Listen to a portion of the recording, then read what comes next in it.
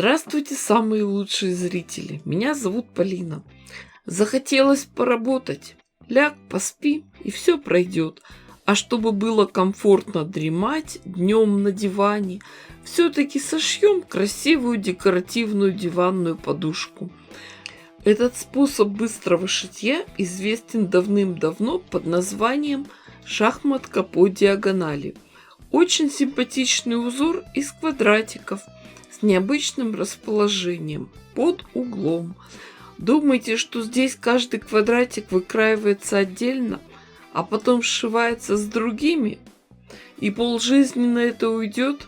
Все гениальное просто. Нам нужны полоски ткани шириной 7 сантиметров для центральных квадратиков и еще полоски фоновой ткани у меня 10 сантиметров, но можно было взять и 15, и 20 сантиметров. Учтем на будущее. Количество полосок, их расположение определяйте сами, на свой вкус. Длину полосок я взяла по всей ширине куска ткани. Все полоски надо шить между собой по длинным сторонам. Следите за тем, чтобы ткани шли ровно. Швейные машинки могут вытягивать верхнюю ткань и припосаживать нижнюю. Так постепенно соединяем все полоски в одно полотно. Готовую деталь тщательно проутюживаем и расправляем.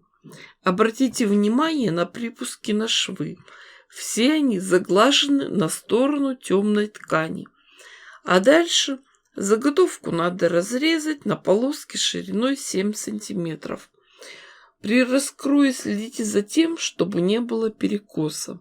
Девочки, вы, конечно, знаете, что в лоскутном шитье все размеры даются с учетом припусков на швы. Это примерно 7 миллиметров.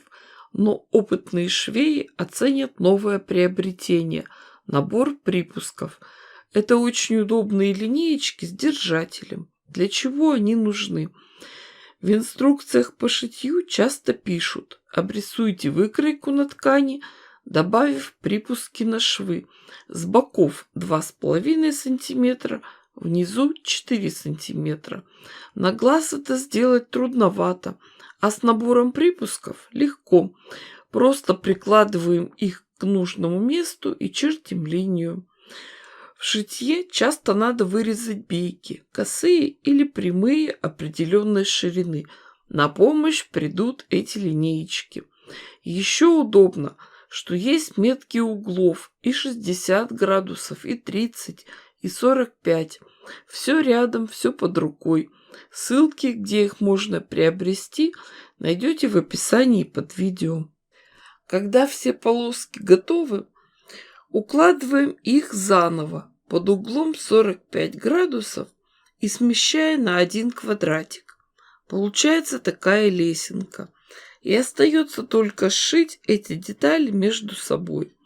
Вот здесь надо тщательно следить за тем, чтобы совпали все стыки.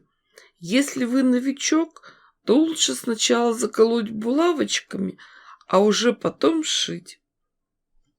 Все полоски одинаковые, сдвигаются тоже одинаково, поэтому их можно сшивать в любой последовательности. Главное не запутаться в направлении. Соединяем сначала по 2 полоски, потом по 4 и так далее. Так работа идет гораздо быстрее.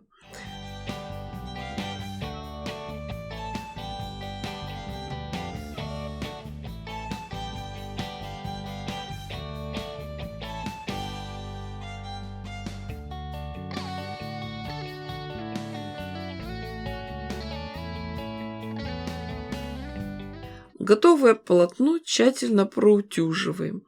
Вы видите, у нас остался большой угол 45 градусов. Мы сейчас его отрежем и пришьем этот кусок к противоположной стороне нашей заготовки. Вот теперь выровняем полотно, отрежем маленькие торчащие уголочки по краю. И получилась заготовка шириной 28 сантиметров.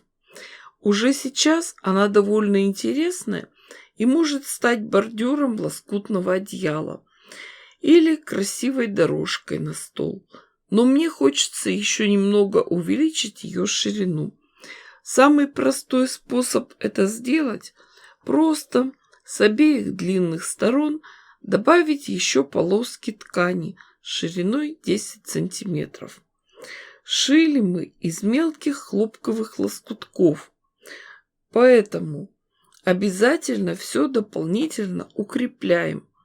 Ткань для обратной стороны, кусок холстопрошивного полотна.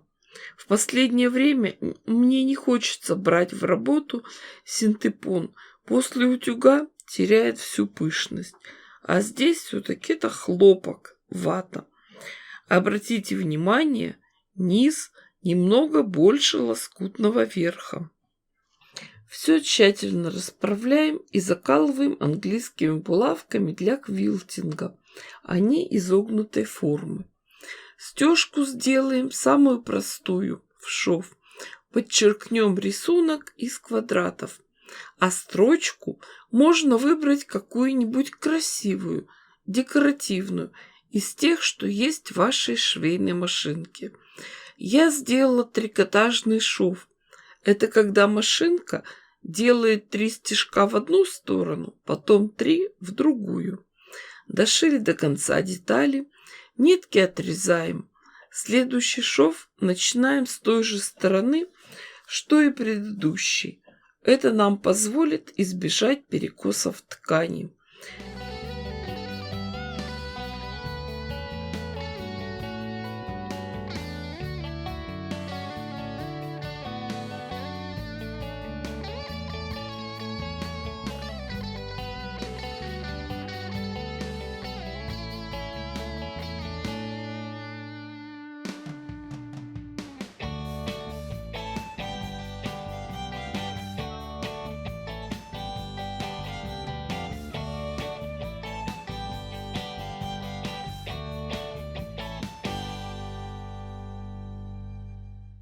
И, конечно же, вы заметили, что в работе использую самодельный приставной столик. Надо, чтобы ткань лежала ровно, на одной плоскости с игольной пластиной. Перед тем, как пришивать заготовку в другом направлении, можно отрезать лишнюю ткань.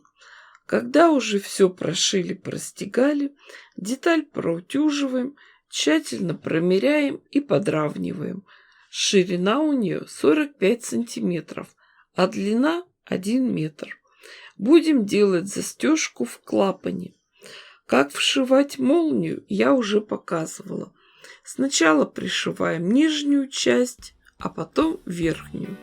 После этого формируем клапан, определяем его ширину, а потом прошиваем на швейной машинке. Когда все готово, определяем, в каком месте будет находиться застежка. Мне хочется, чтобы она была ближе к краю. Выворачиваем заготовку, все расправляем. И надо только зашить 2 стороны нашей декоративной подушки. А открытые срезы обработаем на оверлоке или зигзагом. Вот такая декоративная наволочка на диванную подушку у нас получилась. Ее можно использовать и как пижамницу для хранения принадлежностей для сна. Держите там самые необходимые вещи, которые помогают вам вечером спокойно уснуть. Вот валерьянка прекрасно успокаивает. Всего 15 капель на рюмку коньяка, и нервы как канаты. В общем, я дала вам идею. Ни в чем себе не отказывайте.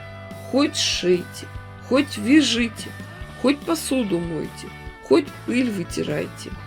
С вами была Полина. Всем пока-пока и до скорых встреч!